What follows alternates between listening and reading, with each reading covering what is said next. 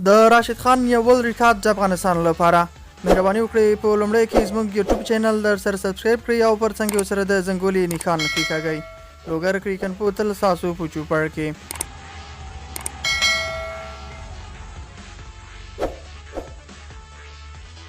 راشدخان د افغانستان ملي لوبډلې پياوړى توپ اچوونکى ده چې د افغانستان ته په ډیرو لوبو کې بریاوې ورپه برخه کړې دي. راشدخان په 2015 میلادي کال کې د افغانستان ملي لوبډلې غړی شو چې په لومړۍ سفر کې زمبابوې ته لاړ او هلته له زمبابوې سره په سيريز کې برخه واخيسته. خو راشدخان هغه وخت د نړیوالو په سترګو کې راغی چې په لومړي ځل یې هندوستان لیګ ته واخیستلی شو. راشدخان په 2018 میلادي کال کې د حيدراباد لوبدلی په 4 کروړو هندي کلدارى واخيستلو. تر اخیستلو وروسته راشدخان په لومړۍ لوبه کې حيدراباد لپاره ښه ثابت شو. په لومړۍ لوبه کې نوموړي د حيدراباد په ګټه 2 لوبغاړي وسوځول. له هغه وروسته راشدخان تر نن حيدراباد لوبډلې نه دی کېنولی. نړیوال لیګونو ترڅنګ د افغانستان لپاره هم راشدخان ډېرې کارنامې راوړي دي.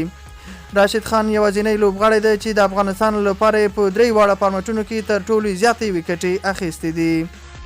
راشدخان تر اوسه 4 بیا یو ورځنۍ لوبې ترسره کړې دي چې تر نور افغان لوبغاړو یې زیاتې وکټې اخیستې دي.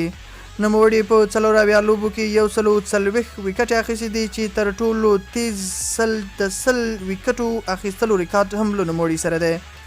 راشدخان 15 اوریزې لوبې د افغانستان لپاره کړې دي چې پکې 95 وکټې ترلاسه کړې دي او ټیسټ کرکټ کې یوازې 6 لوبې ترسره کړې دي چې 14 وکټې ترلاسه کړې دي.